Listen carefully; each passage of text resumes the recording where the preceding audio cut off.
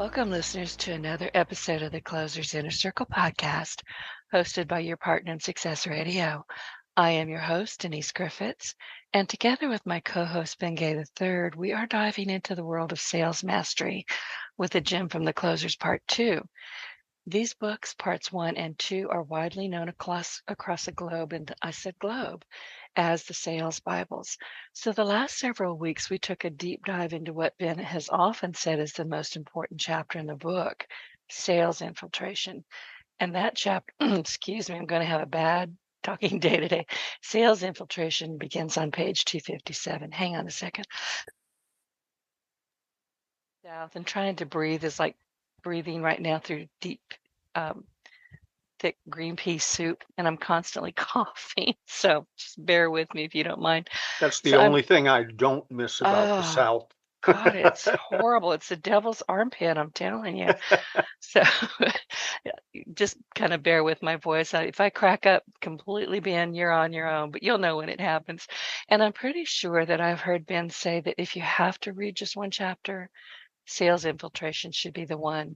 So today, this topic to me is fascinating. This is actually one of my favorite topics or chapters in the book. We're talking about unlocking sales success, the key traits of Ross Perot. And everybody, I think, knows who Ross Perot is, especially during this political season, because I believe he did run for president at one time. But we're talking about the key traits that every sales professional should embrace. And we're going to delve into the remarkable life of Ross Perot. And he's a figure who is likely to be remembered as one of the greatest salespeople in history. With a fortune that once placed him among the wealthiest individuals in America, Ross Perot was not only a successful businessman, he was a trailblazer in the world of sales and entrepreneurship. And starting his career as a super sales salesperson at IBM, he showcased his exceptional, Ben, help, exceptional talent. Easy for you to say. Not really. By becoming the top sales representative at the company. And then he then founded Electronic Data Systems, EDS, where he revolutionized the data processing industry. And his innovation approach and relentless drive, pay attention, relentless drive, paved the way for significant advances in business practices across the globe. I know I'm stuttering. I'm having a hard time breathing. So we're going to delve into what makes the question that Ben asked that I was so fascinated in this chapter with was that he wanted to know what makes one person as successful as Ross Perot, who was born in 1930, passed away not that long ago in 2019. What made him so successful while another person with seemingly equal or greater talent does little by comparison? And Ross Perot attributed his success to several key traits and principles, and we're going to open those up. So, good morning, Ben. Bear with me. You're going to do all the talking, just so you're warned. And I'm I going think to do all the talking with all a of it. Southern woman. I don't Yeah. believe it. Oh, come on. I have a mute button. I can do it. I think. I'll try. Anyway, you said earlier that you have some questions that have been sent in. Yeah, questions and comments that uh, ask a question, whether that's the way it was intended or not. By the way, I was talking to my doctor's receptionist slash nurse or something about a week ago about an appointment that got messed up on their end, I might add. And near the end of the conversation, really sweet lady, she said, "Well, bless your heart." And I said, "Have you ever spent any time in the South?" And she said, "No." I said, "Well, bless your heart is interesting." And she said, "Oh, yeah, I just use it all the time." And I went on to explain to her that it really started with an F and described a biological act that really wasn't possible. And Right. she said, "Oh my God." And so we went on and we spent a good deal of time on it because she wanted to make sure she understood it and how had she missed it and so on. So at the end of the call, I said, "Listen, you're a delight to talk to. And in closing, I'd just like to say, bless your heart." And she was screaming with laughter when we disconnected. Did you explain to her that there's two ways of saying bless your heart? I'm not sure. Tell me your two ways.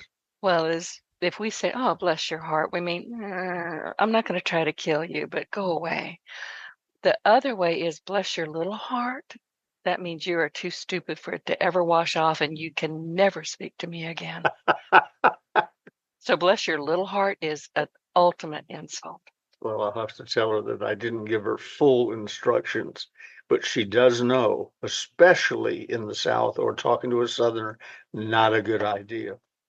All right, got a few things I made notes on based on people either asking a question or something. One of them was from a gentleman who's getting into the automobile business. And he wanted to know, he said, other than general rumors and all, how do I know which dealership or brand to get with? Because they all say they're the best. Well, that's true of the automobile industry. I understand that. And reputation is part of it, and see who has the best ads. Also, see what they're selling. You don't want to be selling Yugos at any dealership anywhere in the world ever.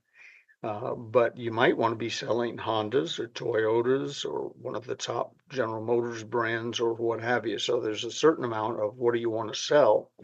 But then, as far as um, how do I know who's really moving product? Here's the answer: get yourself something to write on and go drive through every parking lot, shopping center, strip mall, etc. you can find in the area. Take you a couple hours max, and write on your little notepad the top dealerships in the area, and then look at the license plate frames and put a check mark beneath each one. If it's Thompson's Toyota, Thompson's is a dealership here in town. If you have Thompson's Toyota and you see a license plate thing, put down a mark, 4 and across bars 5, etc. And by the end of your little drive around, you will know who's not who's talking about it, not who has uh, the best ads or what have you. You'll know who's moving product because sharp dealerships put their license plate frames on every car they sell. So you'll know where. So the answer to your question is really simple, basic, almost primitive. Count the license plate frames and you'll know who the top dealer is, or dealers. There may be several of them. Then I had a question about that I guess he heard me say it somewhere else. He wanted a clarification on what is salesman's disease. Of course, that would now be salesperson's disease, but I've called it salesman so long it's hard to break the habit. Salesman's disease is how come you can make a lot of money and wind up broke. One of my great regrets at Holiday Magic Cosmetics after I became president and ran it, but I had to get away from it and look back. One of my great regrets is we had people making enormous amounts of money, myself included, and everybody was happy dappy and thought it would last forever. It didn't. I left the company went under. Those are not necessarily directly related, but whatever. The company went under. And I know of the living, I know several of those people who were at our peak earning level. And today, it's like it never happened. If they'd become milk truck drivers in the meantime, they would have about the same amount of money and success they have today. It's like that 10-year bubble with some of them making $1 million or more in late 1960 money. That's not adjusted for inflation. We had people making $1 million a year then. Some of those people today, it's like it didn't happen because most of us, myself included, had salesman's disease. We believed the money would never stop. If we had a problem, we thought, or made a mistake, we would say to ourselves, oh, that's okay, I'll sell my way out of it, which was true. I was able to sell my way out of every problem. But if you add up the ground I had to make up to sell my way out of it and put all that in the bank, I am several millions of dollars shy of where I should be today. And some of our people who made millions of dollars and traveled all over the world and had a wonderful life are pretty much where they would have been if we hadn't recruited them or if they hadn't joined us or whatever. Salesman's disease is the money will never stop. I don't have to worry about it. I can work my way out of anything. And my regret, besides the fact I had the disease, is that I, as president of the company, didn't install, along with all of our training programs and recruiting programs and cosmetic application programs, didn't also have for free, paid for by the company, nationwide exposure to financial planning. If I had met and followed what he said, my financial advisor, P. Michael Hunt is his name, a few years earlier, it would have made millions of dollars in difference and in net worth today. And in the meantime, I wouldn't have had lost a big house to foreclosure and had my cars towed away and all sorts of things that went wrong. That salesman's disease has gotten me 2 or 3 times. I mean, really gotten me. Doesn't have me now, but I repeat, I'm millions of dollars lighter than I should be. And that's called salesman's disease. Get with a certified financial planner, fee-based, certified fee-based financial planner, and then study their track record and check out their references. And if I would give you mine, except he's retired. I'm his only client now. Been a client since 1967, I think, and I'm his only remaining client. I think he calls to check on me to see if I'm dead because he really would like to not do anything anymore. Uh, but get your it's like the vice president of the United States. Their sole job is to call the White House once a day and inquire as to the president's health, Oh, geez. and then go to dictators' funerals. That, Right. those are the those are the two jobs. And these So days, ask if he can remember what the codes are. yeah, yeah. Hopefully he can't. Uh, Anyway, that's what salesman's disease is, and that's short form how to avoid it and short form how to prevent it, because many of you who are in selling are making a great deal of money and or will be making a great deal of money, and it would be a shame for you to get into your 70s, 80s, or 90s and look around and it's like it never happened. Yes, I made $5 million in 2024. Really? So you've got $5 million now? Oh no, I don't have anything now because I had salesman's disease. Then in one conversation, a guy asked me about funny stories on the road, and I think I may have told one of them before. I'll cut it short.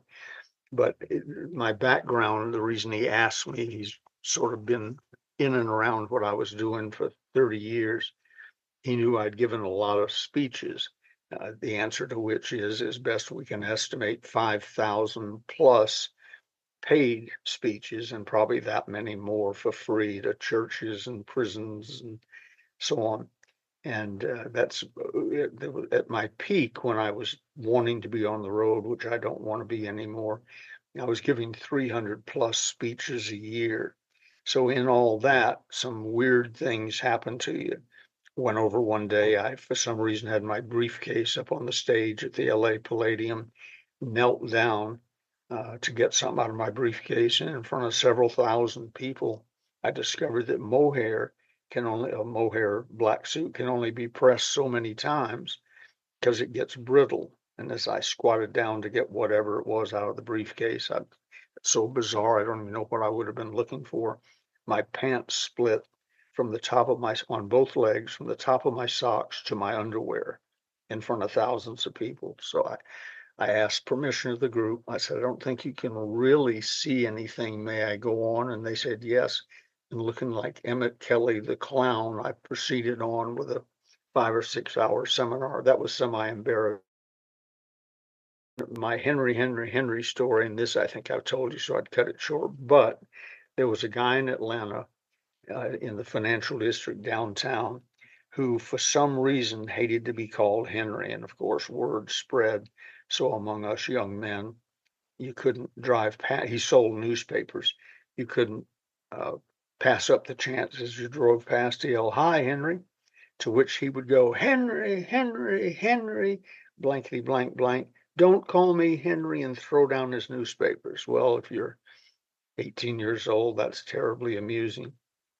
We're on the way to Orlando to do a seminar to one of the larger groups I'd ever spoken to up until that time, probably 400 or 500. Doesn't sound big now, but it was to me then.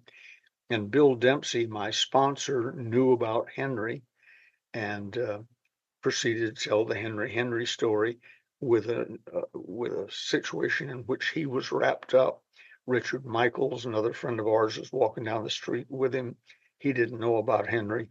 Bill Dempsey did. So when they got right up on Henry, Bill leaned around to Richard's side and went, "Hi, Henry," and then jumped back over to his side, to which Henry went, "Henry, Henry, Henry, blankety blank, don't call me Henry," and hit Richard, who was a pretty good sized guy, in the face with a stack of newspapers and dropped him to the Oh, sidewalk. For that's just some, wrong. it is. For some reason, that struck me as terribly funny. And I laughed all the way to Orlando, Florida, from wherever he told us. Ben, can you hear me at all? No. Well, shoot, and I don't have the voice to keep talking. Well, I'm talking. Can you hear me? I can now, but you were gone, so I'll Huh. see what happens in the recording. Okay, Yeah. keep going. So anyway, I laughed from wherever we were outside of Atlanta all the way to Orlando. Finally pulled myself together.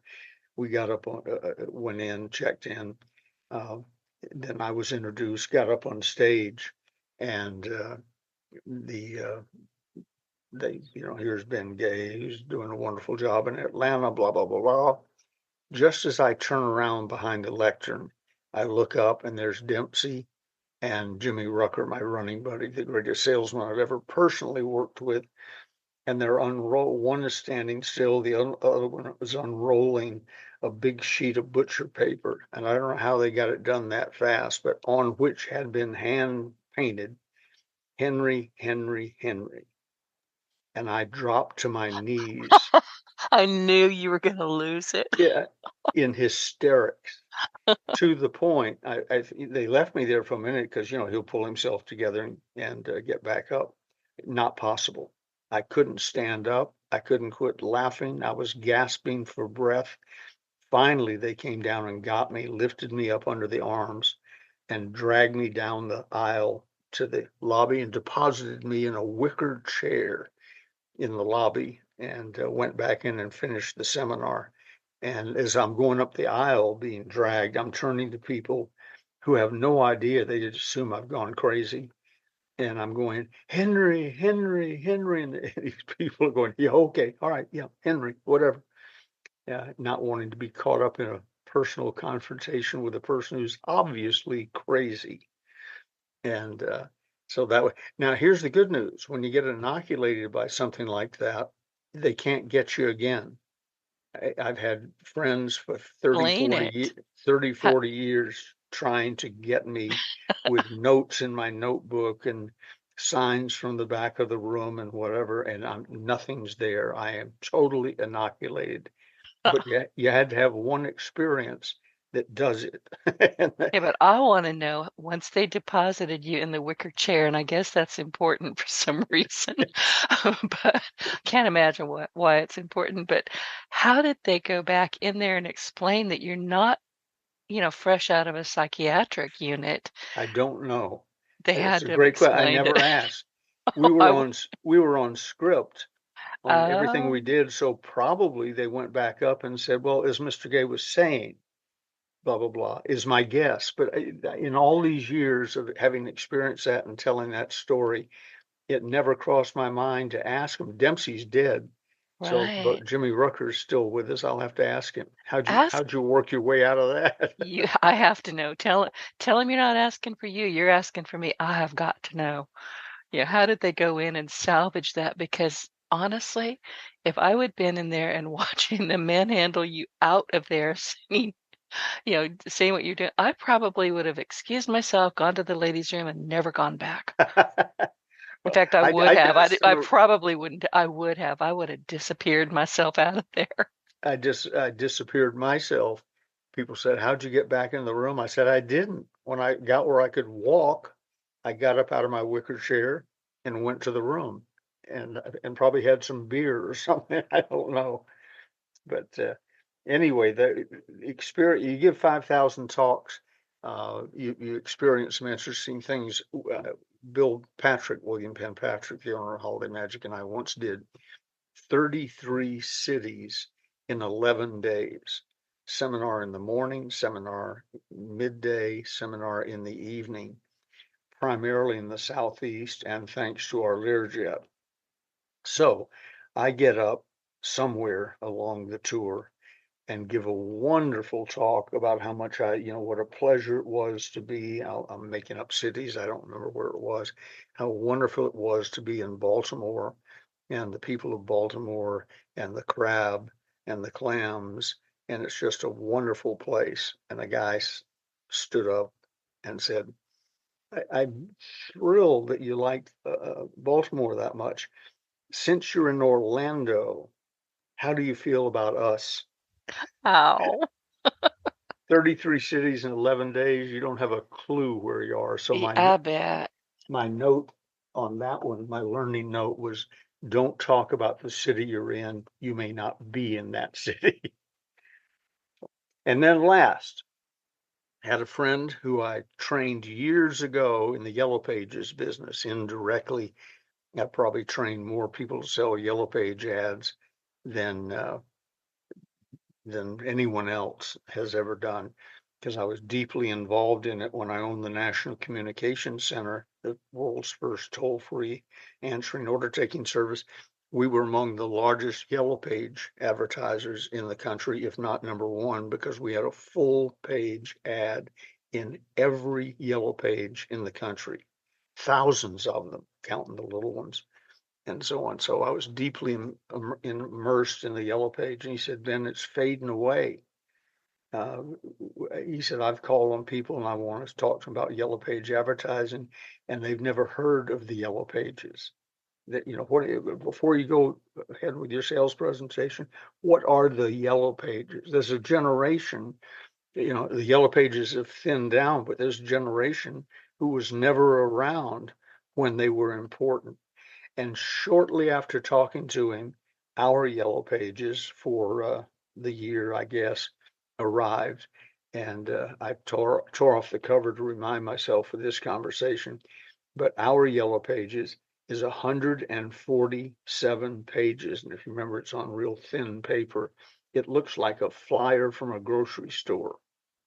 So the answer to my friend, as I told him on the phone, was be like Paladin, the gunslinger. His business card said, have gun, will travel. Paladin, San Francisco, California. You have a talent. You are Paladin of selling. Have talent, will travel. So the fact you used to sell Yellow Pages and they're fading away and people don't even know what they are, that makes me feel old, is interesting. But you weren't ever selling Yellow Pages, you were selling yourself. Whether you knew it or not, they bought because of you, because people buy from people they know, like, trust, and with whom they feel safe.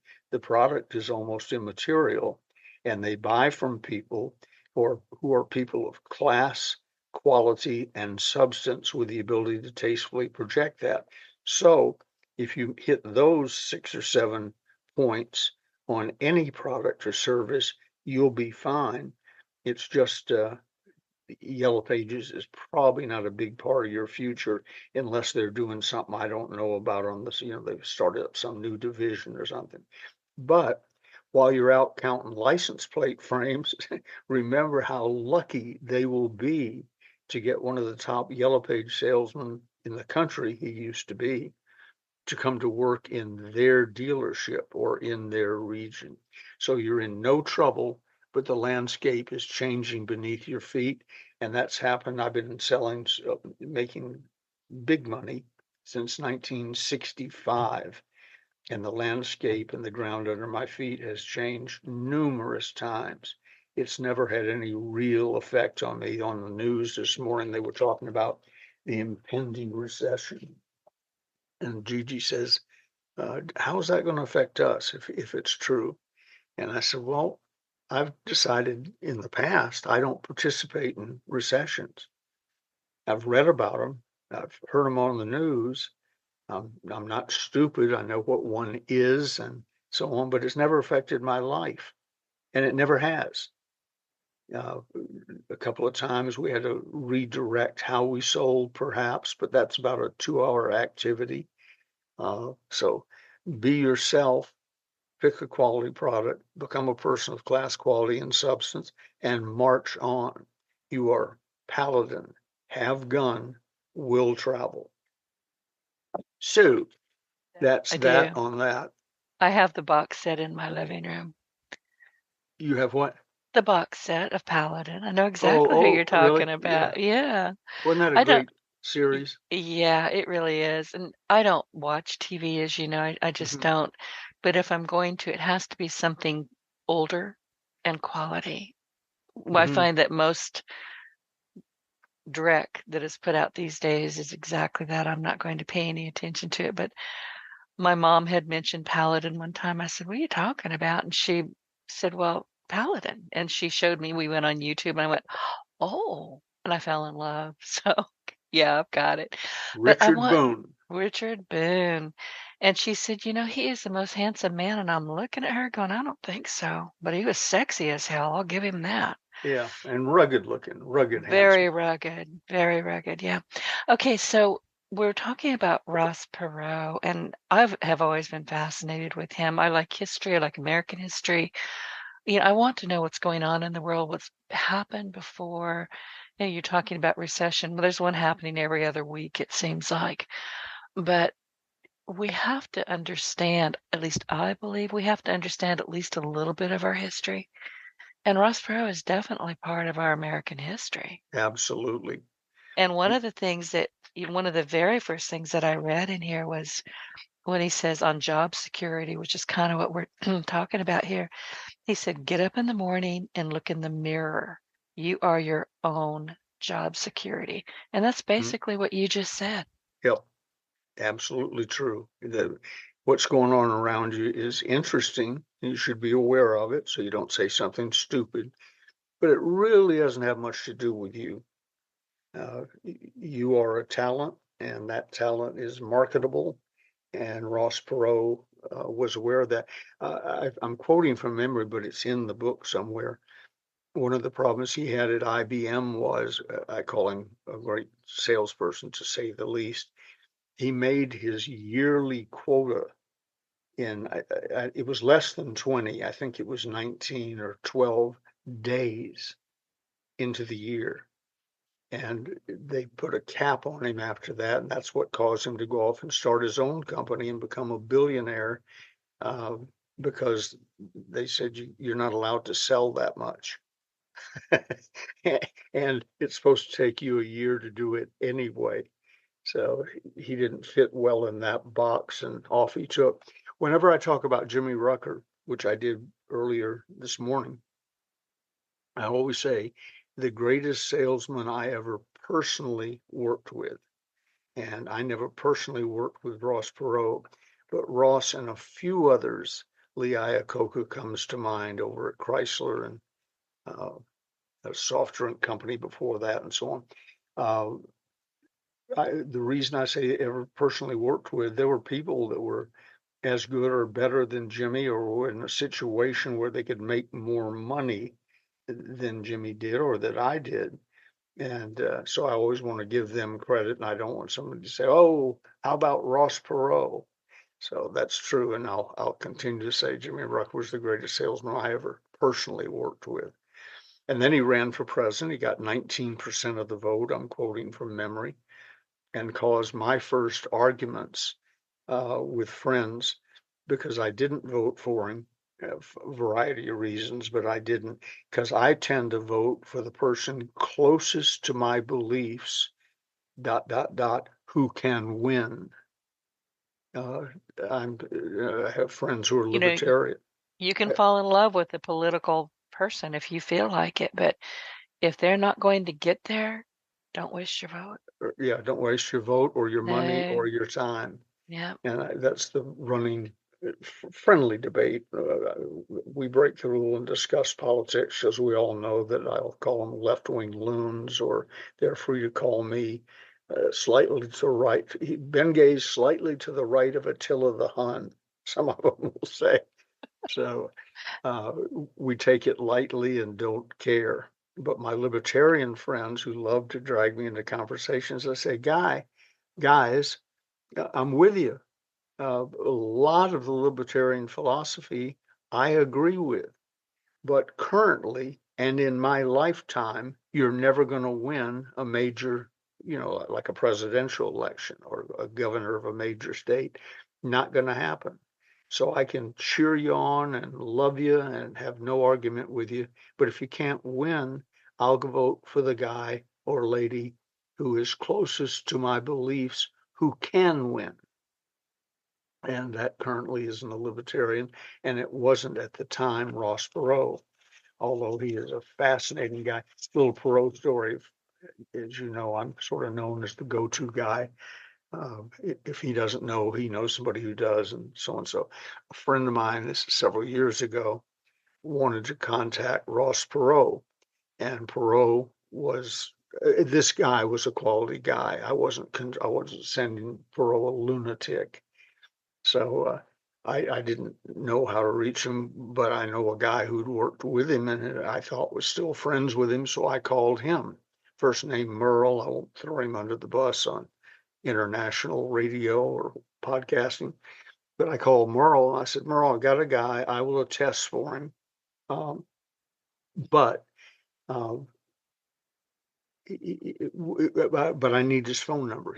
I need Ross's phone number. He's looking to connect with him. And Merle said, you personally will attest for this guy. Yes, he won't embarrass any of us. No, he won't waste Ross's time. No. I said, all right. He said, I've got 3 or 4 numbers here for you.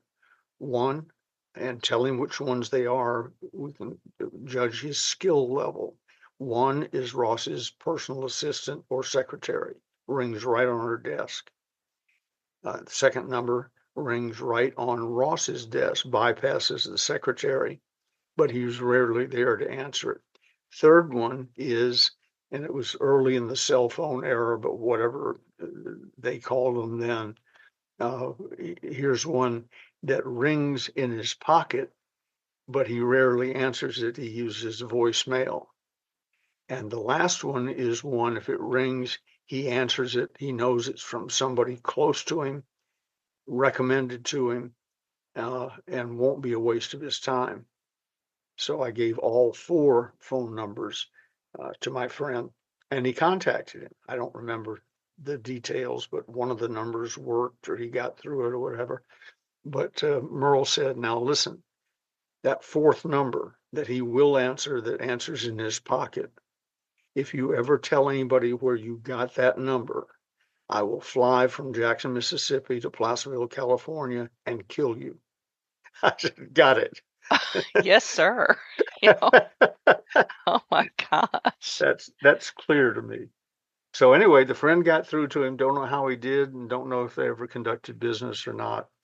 But Ross had layers between the unwashed masses and himself.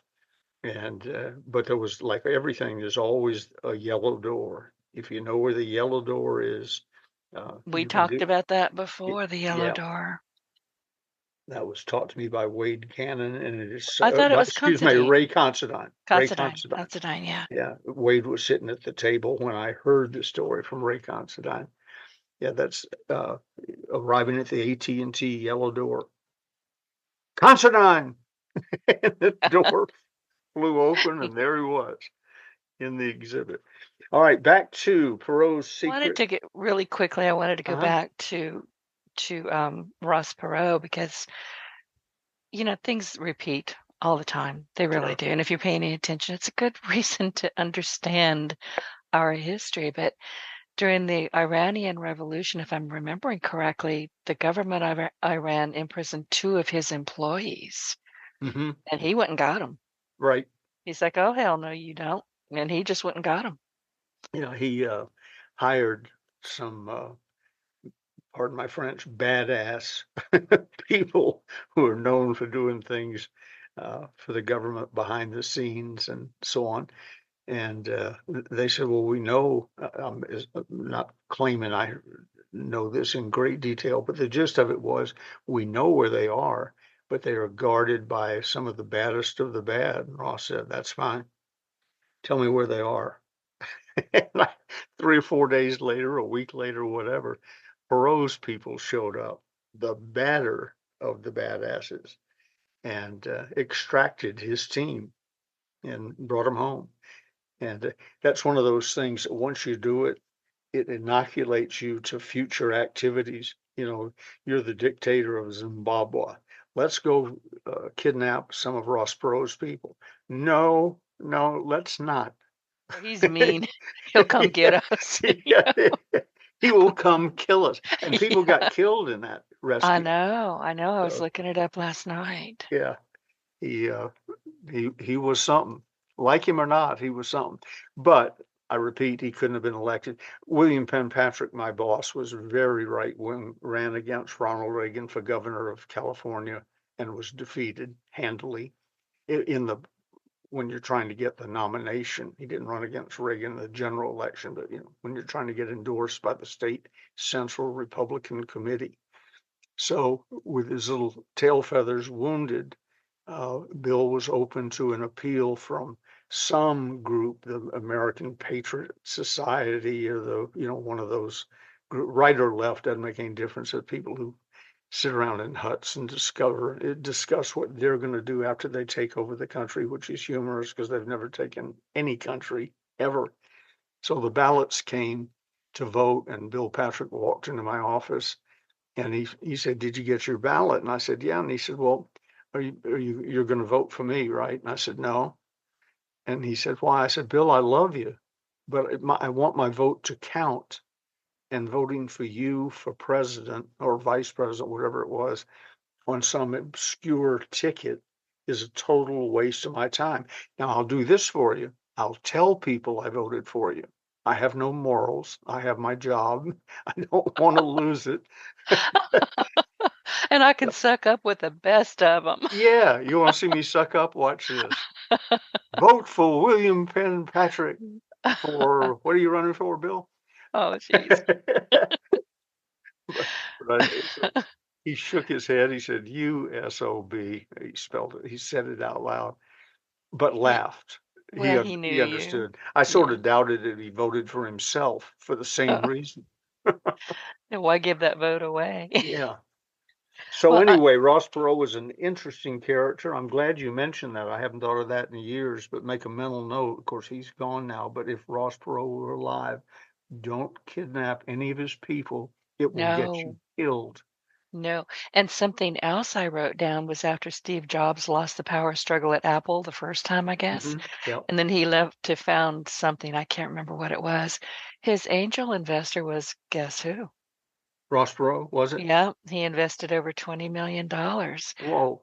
Yeah, Which back then was, whatever, 40 million or yeah, 400 million or yeah. something. You could own a small island for that.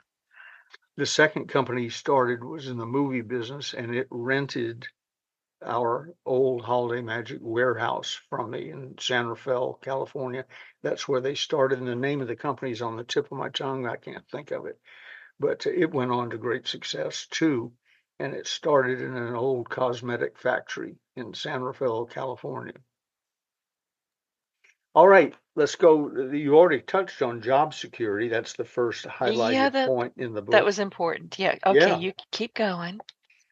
You said, get up in the morning, look in the mirror. You are your own job security. Then he said on building a team, or I said, but I was quoting him, I was dead interested in getting beyond talk and getting down to action.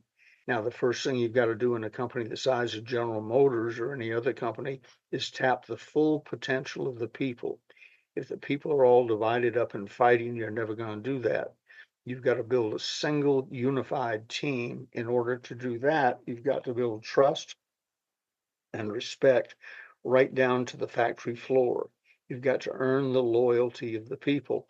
And that sounds remarkably like Napoleon Hill's masterminds within a company. That's exactly what Napoleon Hill taught me how to do when I stepped into a job I really wasn't qualified to have and was too young and had never managed anybody except a few 14-year-old kids mowing lawns.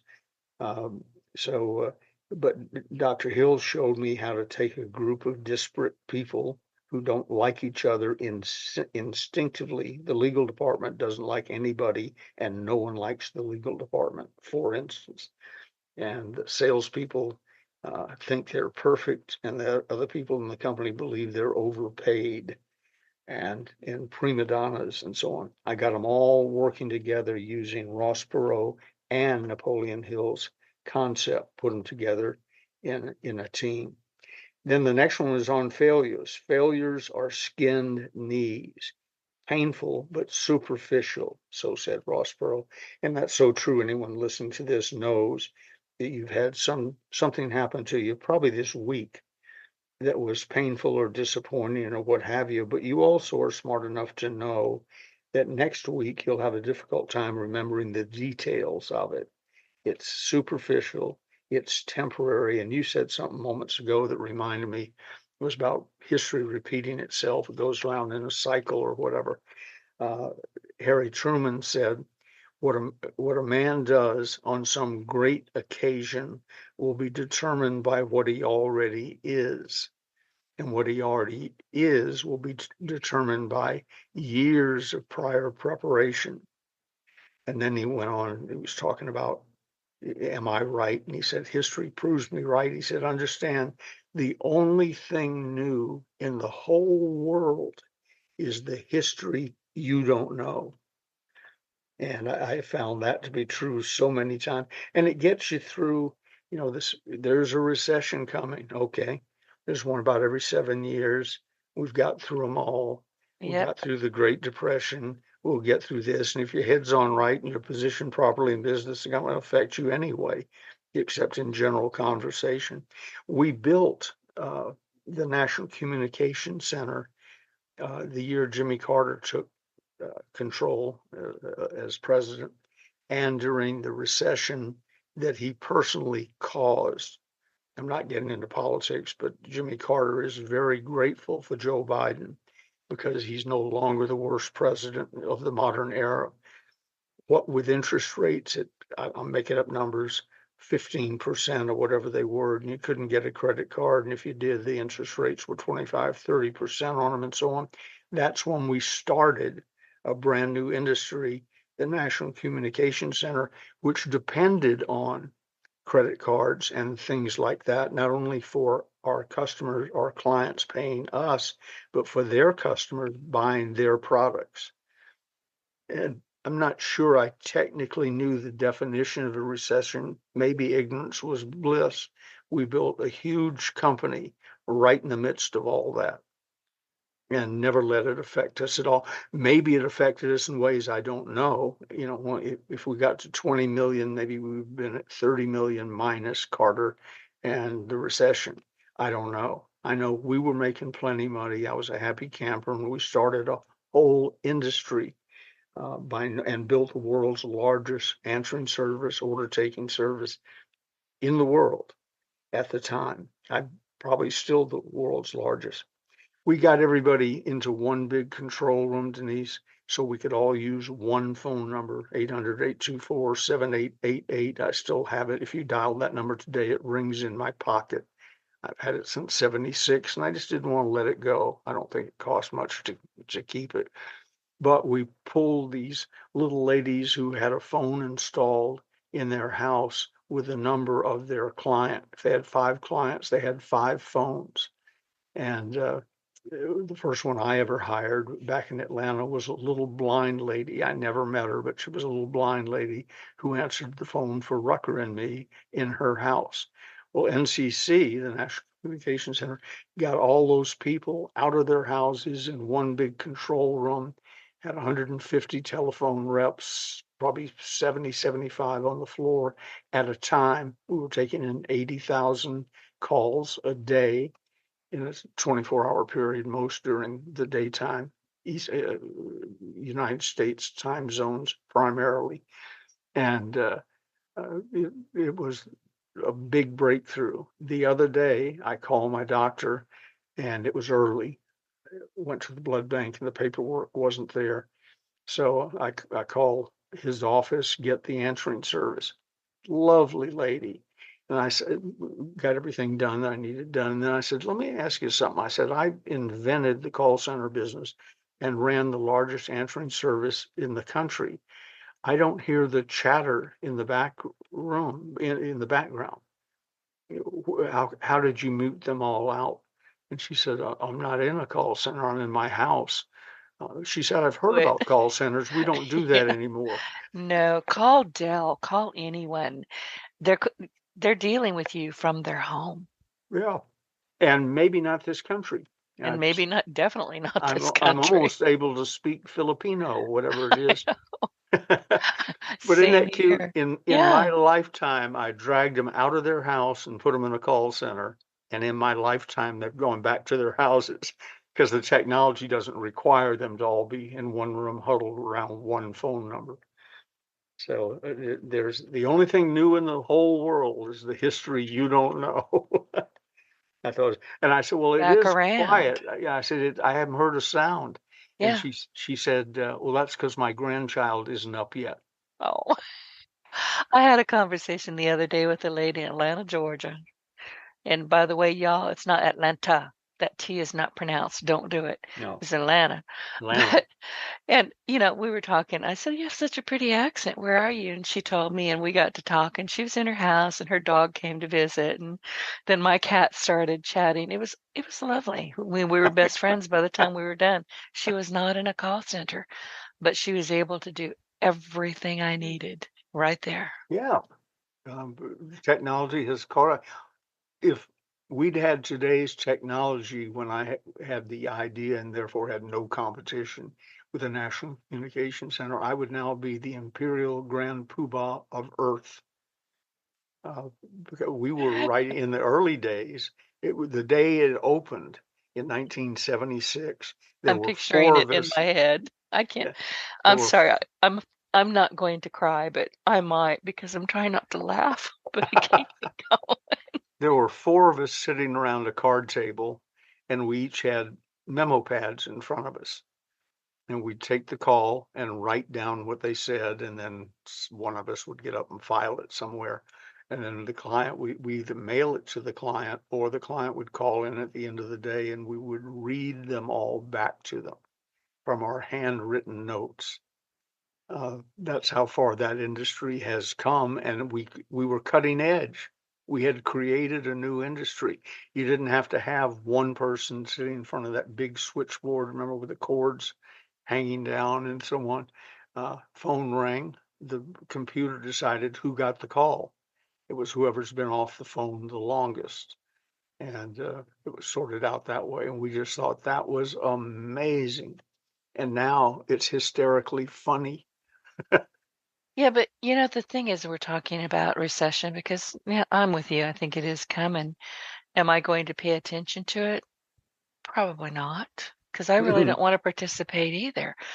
But what I keep thinking while you and I are talking, we're talking about Ross Perot and how he just said, I'm not going to do this your way.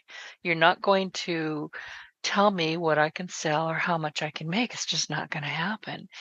And I have noticed, and I'm sure you have, and our audience has as well, in times of great disruption, COVID, you know, Hmm. recessions, true recessions, that's when people stand up and go, huh.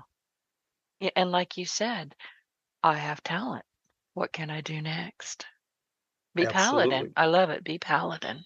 And COVID has opened up the work from home, work from wherever you want industry because people had to. It existed before, but not much.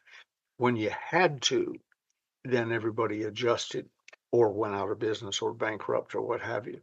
Uh, and now we have a real estate problem, hundreds and hundreds of floors of vacant space in cities. Even in our little town, I see signs of it. We've lost big chains between work from home because you don't have to go to the office anymore. And so when they say we're all coming back Monday morning, thousands, hundreds of thousands of people said, no, thank you very much. I'm not. So now they have a real estate problem. And then with the internet and so on, our local office max closed. One of our two Rite Aid pharmacies has closed. All of the grocery stores have shut down their pharmacies. They don't have, uh, Oh, that's happening here as yeah, well they're gone. because you can go to Amazon. Yeah, Amazon or one of the medical programs or what have you. Wow. And so people are going to do what's best for them. So to those listening to this call, listen up, pay attention, stay agile. What's going on? I saw something the other day. It was on the Facebook, I think. Somebody said, "What's XYZ business or industry going to look like in 5 years?" And I wrote, "Anyone who answers this question is stupid." Because the answer is no one knows what anything is going to look like in 5 or 10 years or what have you. I've lived long enough to know that if my father walked into our office today and heard me talking to you and knew it was going out all over the world on a podcast, and then he'd look at this weird thing I'm looking at. Is that a television? No, that's a large screen computer, Dad. Well, what do you do with that? Because I remember in the not too distant past, uh, I think it was Steve Jobs, it might have been Bill Gates, Steve Jobs, somebody said the computer was a solution looking for a problem. Uh, and people misjudged entire industries because they didn't Right. stay agile enough. Fred Smith, FedEx, I help a friend write speeches for him from time to time. He decided that no one would own a fax. This is doubly funny since nobody has a fax machine anymore. I have one sitting here, but it's not connected to anything, I don't think. Since no one was going to own a fax machine, what the world would need is to publish his fax numbers, then drive down to the nearest FedEx fax operation to pick up your fax. So he bought thousands of fax machines just as people decide, well, I'd like to have my own. And then they decided, I don't need one anyway. The computer can do all that for me. And Fred laughingly says from time to time, so if you want a good deal on a fax machine, tr- trust me, Go to I have eBay. I have warehouses full of unused, beautiful fax machines. I have He, never owned one. I can say that with pride. I've never well, had one. I like mine. It was convenient, fax it over, there it was, and I didn't have to learn a new computer code and so on. But and I think it's still. I'm looking at my business card. No, we took it off. The last printing before this printing of my business card still had a fax number on it. Let's double back to on building a team for just a second. I've worked a lot in the timeshare industry, vacation ownership industry, and one of the things that fascinates me there and in lots of industries, but there, because I'm aware of it, maybe more aware of it, I see it, and it really leaps out at me. They're forever looking for a sales manager for their new whatever vacation spot, or they've lost their sales manager, so they're looking for a replacement. And and other positions within the company, but sales manager is the one that always leaps out at me. And I say to them, apparently without much success, you have thousands of people industry wide that work for you as salespeople. You shouldn't be looking outside for your next sales manager. You should be looking within your team. and building them up so that they're ready to go when the time comes. And to have to run an ad to get a sales manager for your new XYZ beach property is really an insult to you. And by the same token, the person who answers that, there are exceptions to this, but the person who answers that should have worked their way up where they are. I'm happy to move to Virginia Beach if I make 2 million a year extra working part time. That's not going to happen, but happy to move for that. But the person who's already in Virginia Beach should have moved up into the ranks. And it's because they don't build a team like Ross Perot was talking about. They, Makes sense. in a way, they have salesman's disease. We got lots of salespeople. What we need is a sales manager. Well, granted, being a salesperson doesn't necessarily make you a manager. I got that. I was promoted because I was a salesman in Atlanta for Holiday Magic Cosmetics. So for that, they moved me. There were a couple of steps along the way, but for that, they moved me to the presidency. Well, I was quick enough on my feet to keep them bamboozled till I learned the job. But I had no business being the president of that company when I got there. But throughout the building, there were people with master's degrees and Phi Beta Kappa keys and so on who had run large businesses and so on. And I used to sit in my office thinking, I'm a high school graduate. John Hart was a name that comes to mind. Phi Beta Kappa had run large businesses, had been very successful, was assistant chairman of the board, which meant he had lunch with Bill Patrick once a day. And I never could figure out any of his other duties. But I'm thinking, I'm a high school graduate sitting here who has no experience other than stand in front of a room selling people, and John Hart is in the back waiting for his lunch call. What's wrong with this picture? It helped give me the what do they call it? The uh, where you feel like you shouldn't be in the job. You're a phony. There's another word for it. But it Imposter gave, syndrome. yeah, We all imposter have syndrome. it. Yeah, Yeah, we well, all that have gave it. me imposter syndrome. When there would be a knock on the door, Bill didn't need to knock to come in, but he would knock on the door as a courtesy. Um, and he said, I asked one time, why do you knock? He said, I give you time to get your pants up. I said, well, thank you. Appreciate that, Yeah, boss. yeah. I don't need that warning, whatever. But he would do the little intro knock, and having good news and bad news follow that knock. Meeting Napoleon Hill was the good news, and some bad news. We just lost Chicago or whatever. Every time there would be the knock on the door, I'd think, uh-oh. And what I feared the most was he would open the door and say, Ben, I've been looking over your qualifications. And I would have said, don't go on. Let me just pack up my briefcase. I'll be out of your hair in a minute. I won't even cry Yeah, until I get to the yeah. parking I've been lot. I've been fearing this moment for several years. So I'll Oh, go. So build yeah. the team, and there's a way to do it. And if you don't know how to, this is just one little paragraph from Ross Perot. If you don't know how to do it, read Think and Grow Rich and read How to Build a Mastermind Group, because that's just a different name for the same thing. And looking at my clock, you're about to cut me off, so I'll cut myself off.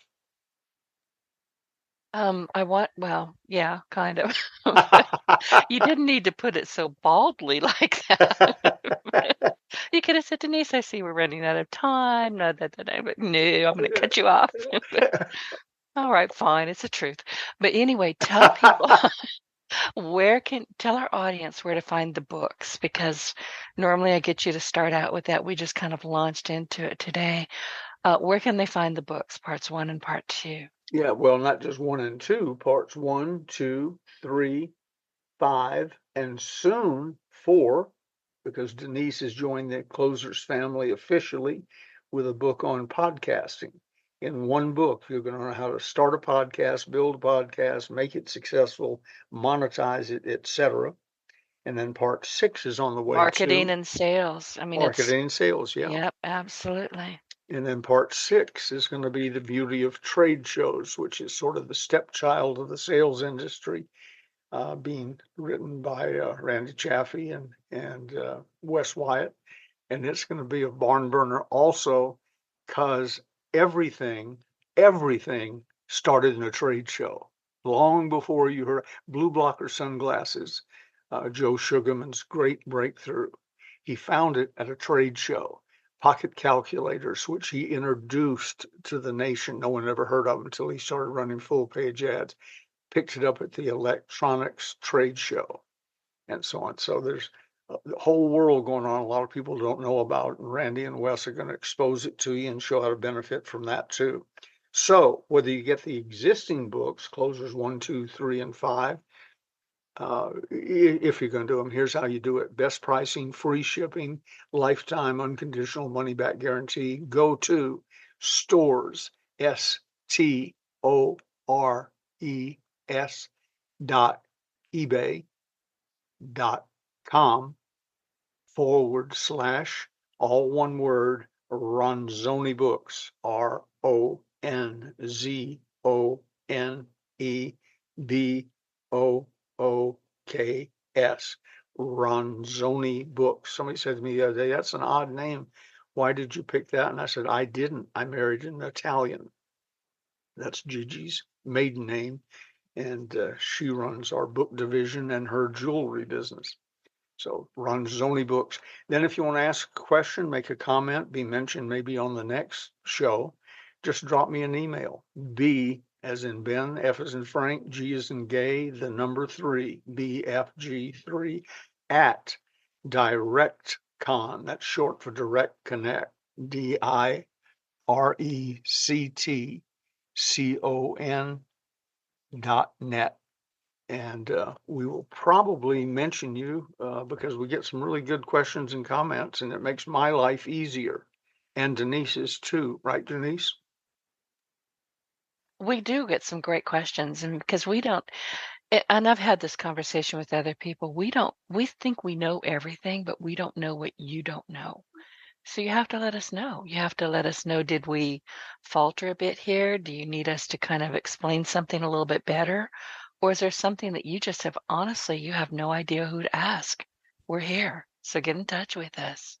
Or do you think Denise interrupts me too much? No, anything like that, just mention Yeah, mention that. I dare you. it. That'll make it into the show. Anyway, and I'm easy to find online. You can look for me on Your Partner in Success Radio. You can call me directly toll free at 888-719-6711. And Ben tested my number the other day because I'd been fiddling around with it, and we got it all fixed. But it's 888-719-6711. Leave a message and I'll return your call just as quickly as possible. So Ben, thank you. And we're going to finish up, well, maybe not finish up with this chapter, but we'll be back in it next week talking about Ross Perot. Super. Alrighty. Everybody, thank you for joining us.